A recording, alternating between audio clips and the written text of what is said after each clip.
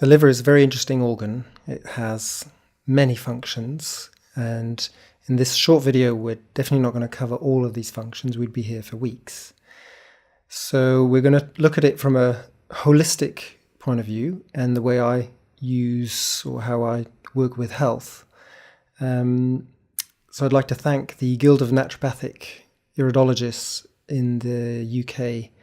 They asked me last week to give this presentation, and I said I would film it for those who weren't able to come or those who didn't, who wanted a copy of the notes. So well, obviously this is going to be a talk about health. So I've got my usual disclaimer. Pause the video if you want to read it. So in life, there's many stages we go through, and there's various ways of looking at it. But the one I use is the first phase, where you actually go through a whole phase of learning. So learning about life, learning about reading, writing, talking, walking. But it's a big phase, and usually it's kind of the first 21st years, roughly kind of when you get to adulthood, or it's a very rough estimate. But and then you normally go into a phase of working, but it's actually being of service. And what I mean with it being of service is if you're being useful to somebody else, you'll probably get paid for it. And so we call work like paid work, but it doesn't have to be paid work. After that, some people will go on and have a phase of contemplation where they reflect on their life and maybe reassess things. And the next phase that some people go through then is a phase where you teach about what you've learnt, and you try and pass on some of the wisdom you've gained and help people who are still in the learning phase or even afterwards. The reason why I'm talking about this is that these phases require us to do quite a lot of changing within ourselves. Certain aspects of us have to die off to give space for new ways of looking at life. And some people find that difficult, or most people find aspects of that difficult, and can express that difficulty with the emotion of anger. And anger is like, there's nothing problematic with anger. It's a lot of anger, constant anger or excess anger, that is where you get difficulties, because the liver is closely involved with the feeling or the emotion of anger. And you just have to look at our society. We've got a lot of anger as part of the normal way of living. You just have to look at the newspaper headlines, and on there you'll get a flavour of the emotional state of what a country is at. And yeah, usually it's something like, this politician did this and this celebrity did that, and oh my god. And it's usually the negative things that sell newspapers the most, meaning it's what we resonate with quite well. We look for it in films, it gives tension, but deep down this is not the emotion we're really craving.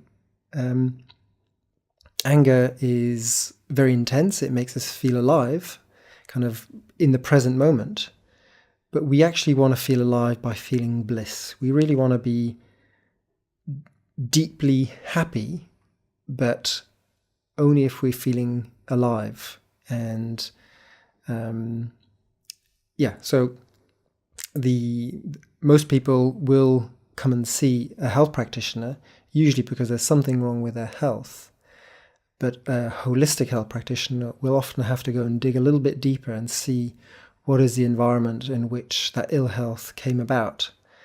And if the liver is involved, it's worth checking how that person deals with difficult situations.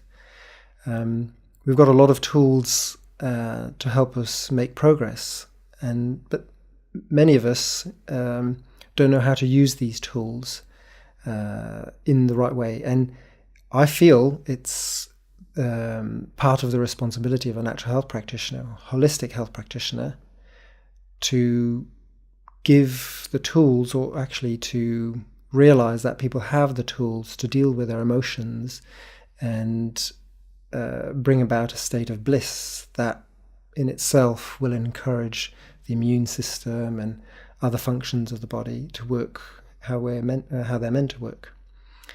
So the allopathic way of looking at it is there's hundreds. I've actually heard of figures up to 2,700 different functions that the liver does.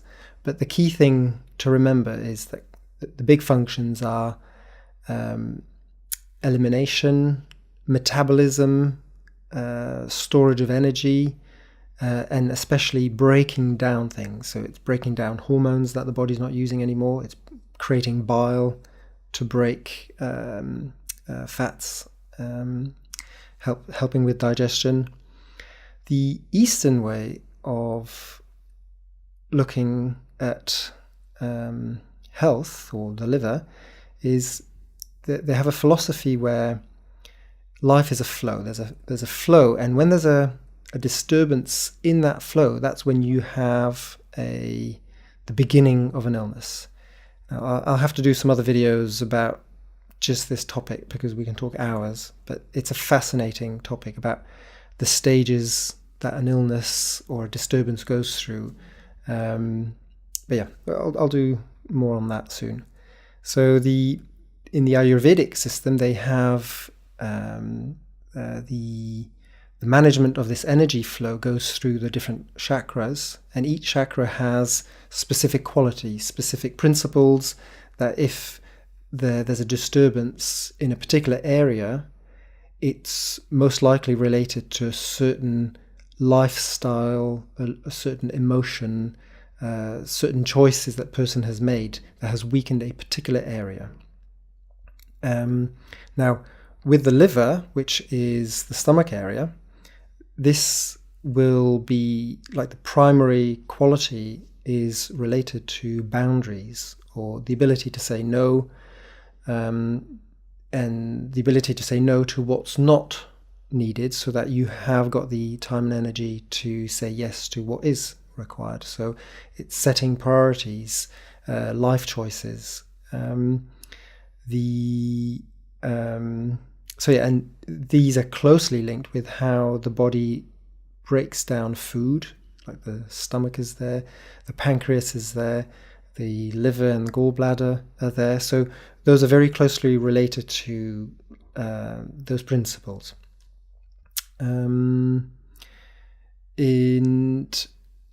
yeah, this is an interesting image I found, which is a heat image of the body depending on the emotion you're feeling. And if you look at more closely the feeling of anger, there's a clear cutoff point at the kind of stomach area, and the flow of energy is limited in the body. There's a blockage, there's a disturbance in that flow of energy, which is clearly visible in this image.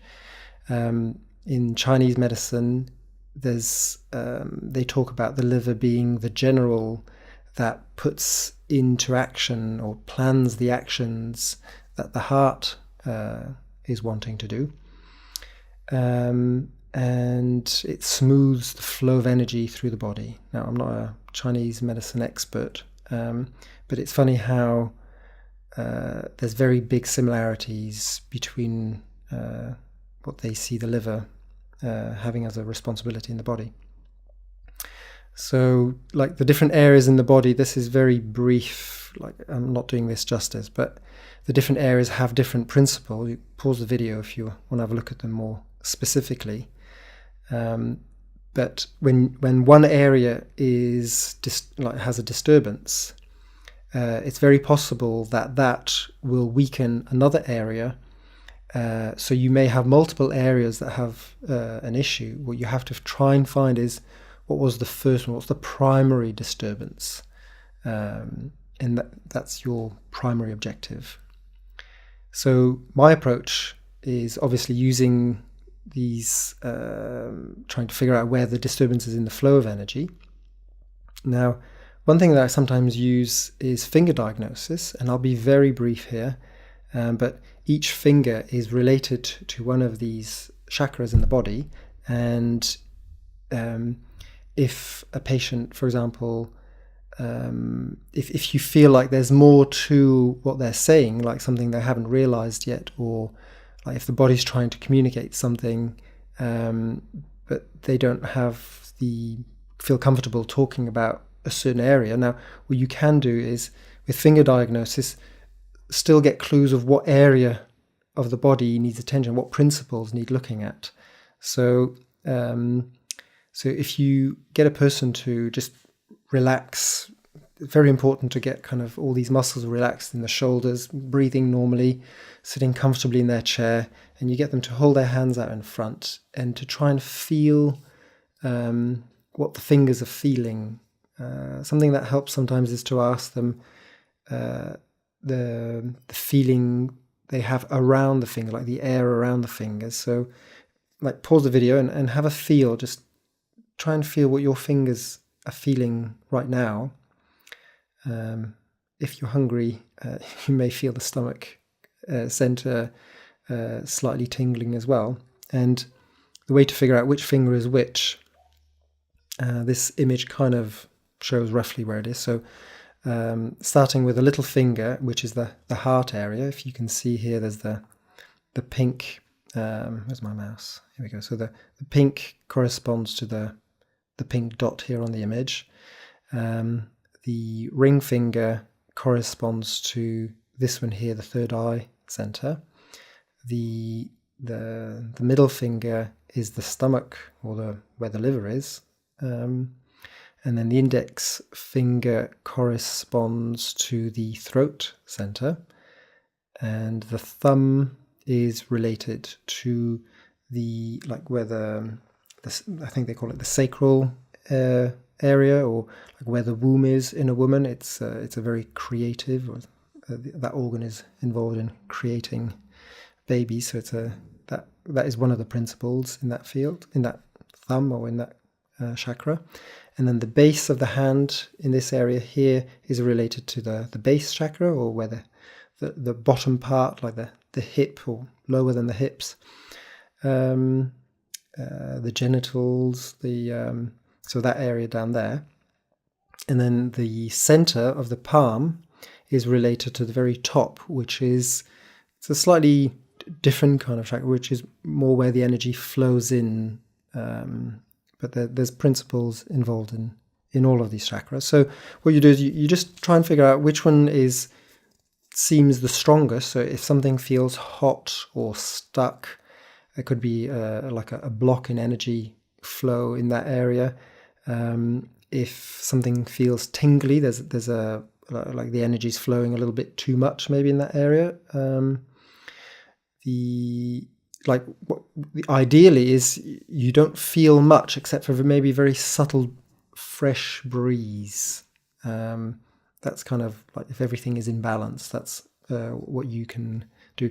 Now there are techniques where if the person really doesn't feel anything, you can, like, it's not always as accurate, but you can maybe even put your hands like right underneath their hands without touching, and if you tune in and if you kind of do this regularly, you can maybe pick up on some of the imbalances, and you may feel in your hands some of the imbalances. Now, play around with this. Now, don't kind of make big conclusions on what you come from this, but this could start the conversation. So if you kind of come across somebody who isn't kind of through the words they're using to describe their situation, don't seem to be talking about the feeling of anger, for example. But if the middle finger is kind of hot, stuck, dense, tingling, then ask questions about how do they deal with difficult situations, for example. Try and get the person to talk about their boundaries, about have they got any issues about saying no to certain people that are draining their energy, or their priorities, their choices in life. It's something that can help the conversation go deeper.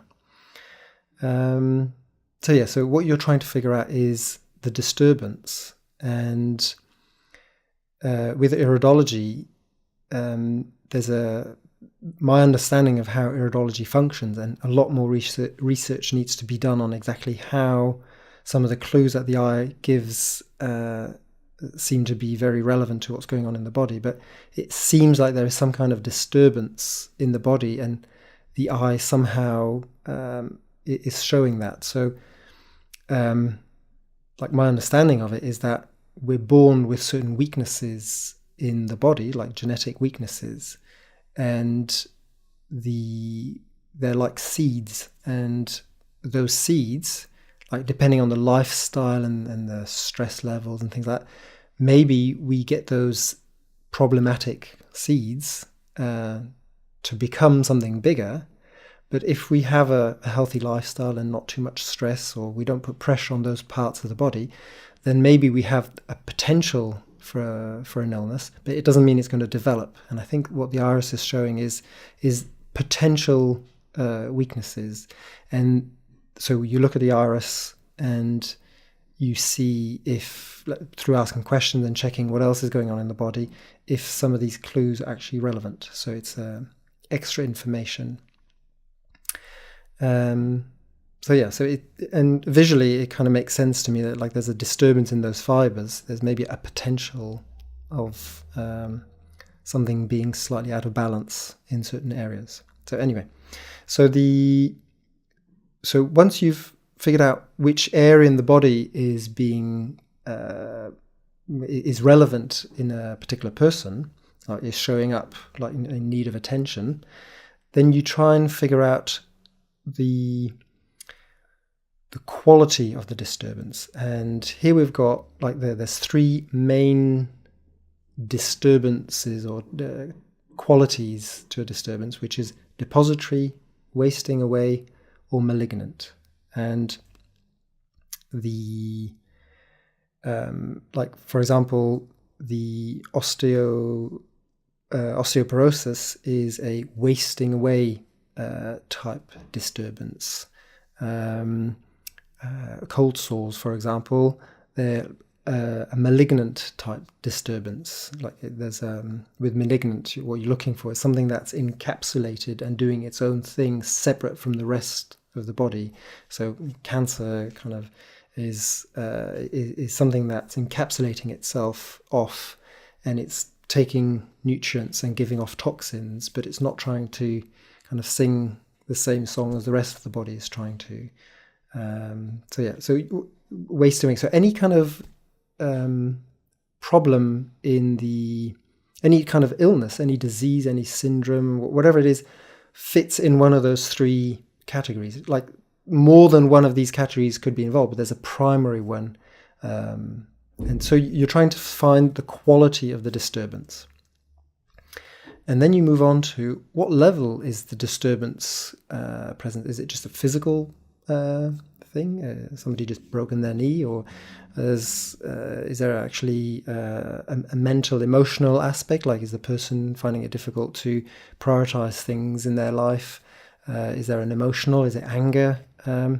So you try and figure out what area is the disturbance present at, and you try and work at that level. You work on the other levels as well, but you have to address the disturbance where it's appearing, where it's first appearing. Then obviously look at the physical aspects. So the liver is involved in thousands of different functions in the body. So the signs could be very wide, but these are the principal ones that you'd be looking at. So the next aspect I look for is the environment in which a particular problem is able to come about. And an example I like to give to try and explain what I mean with this is, if you, for example, a person who's got an alcohol problem,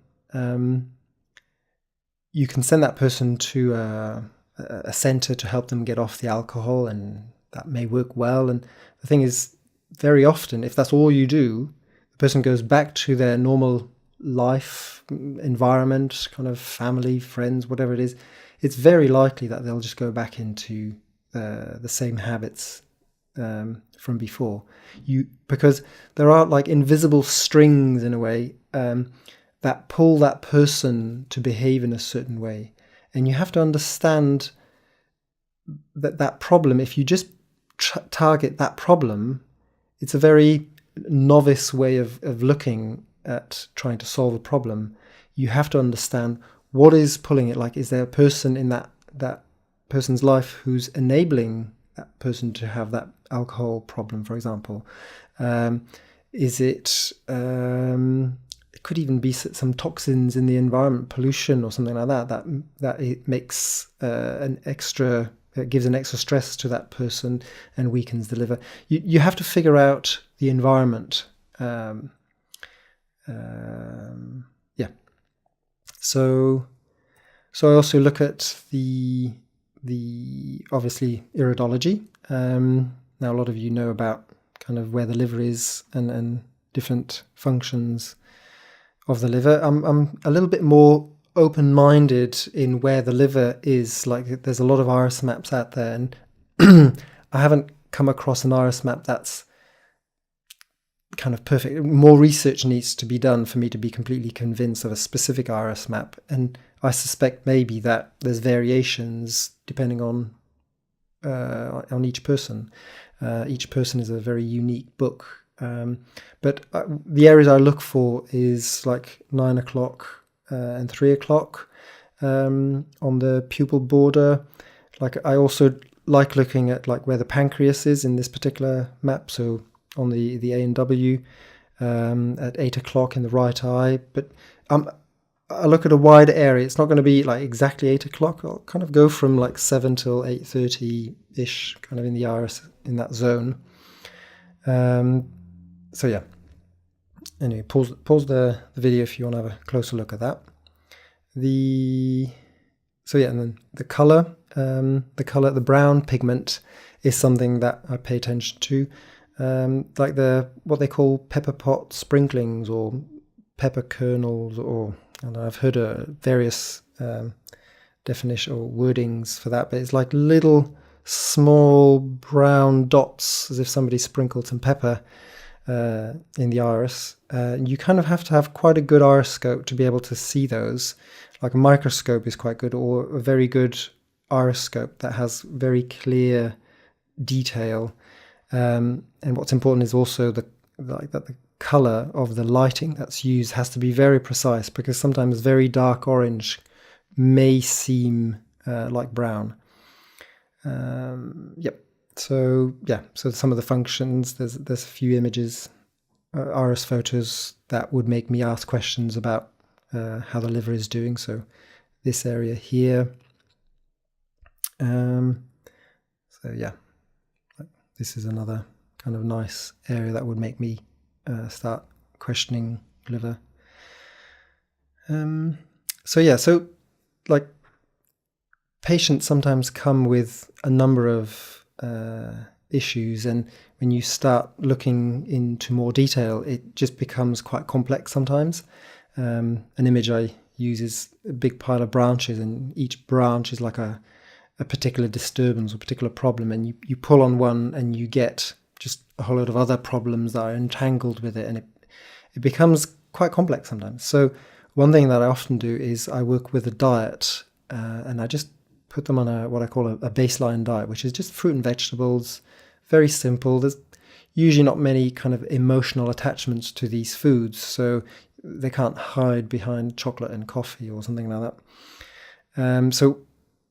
And it also helps me see if the person is really prepared to actually make some changes, because you can put a lot of time and energy into a particular person, but if they're not actually prepared to actually follow your advice, putting them on a diet that's going to be only beneficial, it also helps you see how prepared and how willing they are to go. So I'm not going to spend hours trying to research what may kind of be the underlying causes if the person's not even prepared to follow them. So it's a good way to lighten up things. It kind of helps reveal some of the patterns, like it decomplexifies. I don't know if that's a word, but so just to summarize, I figure out where in the body the disturbance is going on, and the quality of it. Is it depository, wasting away, or malignant? What level is it at? Is it physical, mental, emotional? Then I try and understand what the environment that problem has come about in, the different forces or different influences that enable that problem. Then I go into try and simplifying the complexity by working on the diet side of things. So yeah, I've been doing quite a lot of work with iriscopes over the last maybe 10 years, well, more than 10 years now. But and what we figured out is that the quality of the iriscope is incredibly important. I've heard of a lot of people saying that the iris changes kind of after they've been on a cleansing diet for 10 years, and I haven't actually seen anything that convinces me 100% that that's the case. I haven't actually seen anything that convinces me that that is not possible. But every single time I've seen before and after photos, the color, like the quality of the images that are shown are just completely different. You have, like, if you try, like if the images you see show a little bit of the skin of the person, you can kind of see, like, if the skin is slightly more yellow and more red or a bit more blue in the images, you can see that the white, like the color balance, the white balance is out. So with iriscopes, we've been focused on getting a lot of detail, but specifically the lighting has to be standardized, has to be exactly the same if you want to look at before and after. And so we make sure that the lighting we use can't vary. So if you take a photo with a particular camera and 10 years later, or if the battery's changed, or like the LEDs have to be very reliable. So that's what we do. Then, yeah, and we're also working on some software to help, like, to do some research. Like, holistic health it's actually quite complicated to do research in holistic health because you need so much information. You actually want to have more information. Traditional research is you're trying to eliminate information that makes things complicated. You want to try and standardize, just have a number of measurements that you can compare. So then what we do is this system we're working on will enable to record a lot more information and also track progress. So like you'll get like questionnaires, like before the consultation, after the consultation, so you can check if something has actually been able to, like if something's progressed, gotten worse, gotten better. So the software will also have various modules, including a module specific for iridology, so we can record iridology-based information, and this information can then be used to do research. So we can filter, for example, like somebody who's got sinus issues, and very specifically, for example, sinus issues like blocked sinuses in the morning, and then we can look at all the iris photos of people who've got that specific kind of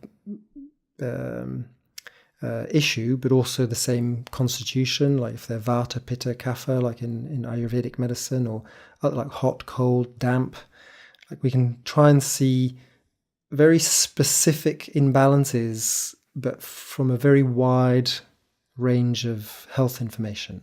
But there'll be more on that. So that's where we're hoping to go, or that's what we're working on at the moment. So yeah, if you've got any other questions, don't hesitate to contact me.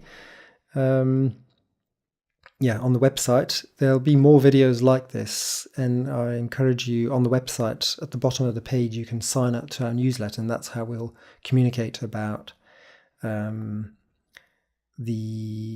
various videos like this, or when the software's ready, or hardware that we're working on. But we want to create an online community where people share, like people who are very specifically interested in holistic understanding of health. It's really important that we talk more, that we communicate more, and in a way be scientific about it as well, not just kind of, this is my feeling, so kind of I'm going to talk about it, and then that becomes a fact. No, let's talk about it, and let's try and see. So yeah, anyway, so if you've got any questions, send me a message on the website. Thanks again.